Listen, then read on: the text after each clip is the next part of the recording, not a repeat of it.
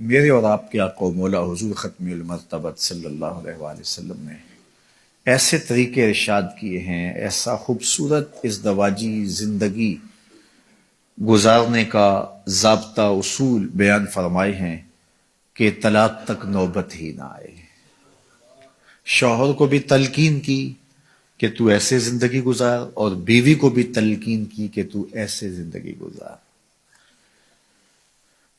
شوہر کو تلقین کرتے ہوئے ارشاد کیا کہ اگر بیوی کی تمہیں کچھ عادتیں ناپسند ہیں تو کچھ عادتیں ایسی بھی تو ہوں گی جو تجھے پسند ہوں گی۔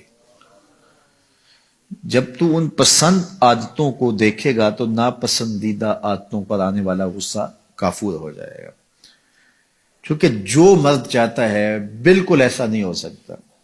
دو لوگوں کے درمیان موافقت پائی جائے، آپ کہتے ہیں کہ پوری دنیا کے اوپر یہ دو لوگ ایسے ہیں بالکل ایک ذہن کے ہیں، ایک سوچ کے ہیں، ان دونوں کے خاندانوں کے اندر جو پرورش ہوئی ہے وہاں بھی ماحول ایک جیسا تھا، جس خطے میں پیدا ہوئے ان کی جغرافیائی پوزیشن بھی ایک جیسی تھی، ہر لحاظ سے ان کی آپس میں مکمل موافقت ذہنی ہے، موافقت قلبی ہے، اور ہر طرح کی موافقت اعتقادی ان کے اندر پائی جاتی ہے، تو یہ بالکل ایک دوسرے کے موافق ہیں۔ تو ماہرین یہ کہتے ہیں کہ دو لوگوں کے درمیان مکمل موافقت ہو، پھر بھی وہ موافقت 80% ہوگی، 20% پھر بھی طبیعتوں کے اندر جو ہے وہ عدم موافقت ہوگا، طبیعتوں کے اندر اختلاف ہوگا، اور طبیعتوں کے اندر جو ہے وہ فرق موجود ہوگا۔ اگر مکمل اتفاق بھی ہوگا تو 80% ہوگا، اور یہ کسی کسی کا ہوتا ہے، ورنہ تو جو ہے وہ مخالف چل رہا ہوتا ہے۔ لیکن اگر اتفاق بھی ہو تو وہ اتنا ہوگا 80%، 20% تفاوت ضرور ہوگا، اختلاف ضرور ہوگا۔ لیکن اب کیسے زندگی گزاری جائے؟ درود پڑھو حضور پہ، جنہوں نے زندگی گزارنے کا ضبط بیان فرمایا اس کی کچھ عادتیں تمہیں ناپسند ہو تو کوئی عادتیں ایسی بھی تو ہوں گی جو تمہیں پسند ہوگی۔ تو یہ ایک ایسی عادت ہے جو اس کی بہت ساری ایسی ناپسندیدہ عادتوں پر پردہ ڈالنے کا ذریعہ بن سکتی ہے۔ دوسری طرف بیوی کو شوہر کی قربت کا، شوہر کی محبت کا درس دیا، شوہر کے حقوق کی ادائیگی کا سبق دیتے ہوئے کتنی خوبصورت بات ارشاد کی۔ حضور جلوہ فراز تھے، ایک صاحب آئے کہ میرا اونٹ پاگل ہو گیا ہے۔ حضور کہا چلو میں تمہارے ساتھ چلتا ہوں۔ اس کے باغ میں تشریف لے گئے، دروازہ کھولا تو وہ اونٹ دوسرے کنارے تھا، اس نے حضور کو دیکھا تو دوڑ لگا دی، صحابہ ڈر گئے کہ اونٹ ہے اور دیوانہ ہے، اور حضور جو ہے وہ آگے تشریف لے گئے۔ صحابہ تھوڑے سے بے چین ہوئے تو حضور نے اشارہ کیا کوئی بات نہیں، آنے دو اسے۔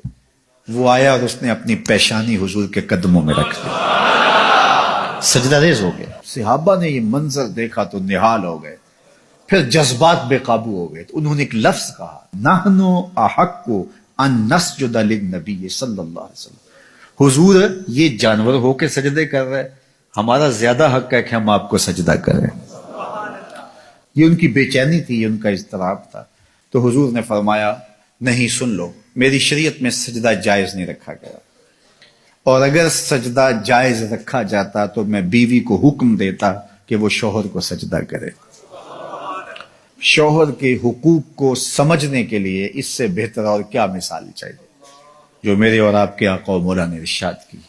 تو اس قدر شوہر کے حقوق ہیں، اور اس کا بیان اس انداز سے میرے اور آپ کے آقا و مولا نے کیا، تو پھر بتاؤ اگر ان حقوق کا خاتون لحاظ رکھے تو کس طرح گھر ٹوٹ سکتے ہیں، کس طرح طلاق واقع ہو سکتی ہے۔ تو ایک دوسرے کا اتنا لحاظ رکھنا، یہ پھر طبیعتوں کے اندر بودھ کی بجائے قرب پیدا کرتا ہے۔ آپ کسی کی طرف سے آنے والی تکلیف کو گوارا کر لیتے ہیں، اس نے آپ سے کوئی زیادتی کی ہے تو اس کو گوارا کر لیتے ہیں، تو وہ اگر سمجھدار ہوگا تو اس کے دل میں عزت بڑھے گی، آپ کا احترام بڑھے گا، پھر کسی وقت اس کا مداوع کرنے کی کوشش کرے۔ باقی میاں اور بیوی کے مابین کوئی تھوڑی سی شکر رنجی ہو جائے، کوئی ناراضگی ہو جائے، تو یہ بھی ازدواجی زندگی کا حسن ہے، یہ پیار کے اظہار کا ایک طریقہ اور سلیقہ بھی ہوتا ہے، لیکن وہ رہے وہاں تک، اور وہ معاملات دیگر کو متاثر نہ کرے، تو وہ خوبصورتی بن جاتی ہے۔ وہ وقتی ناراضگی ہوتی ہے، پھر مٹ جاتی ہے، اور اس کے بعد جو ہے وہ پھر زیادہ بہتری آ جاتی ہے۔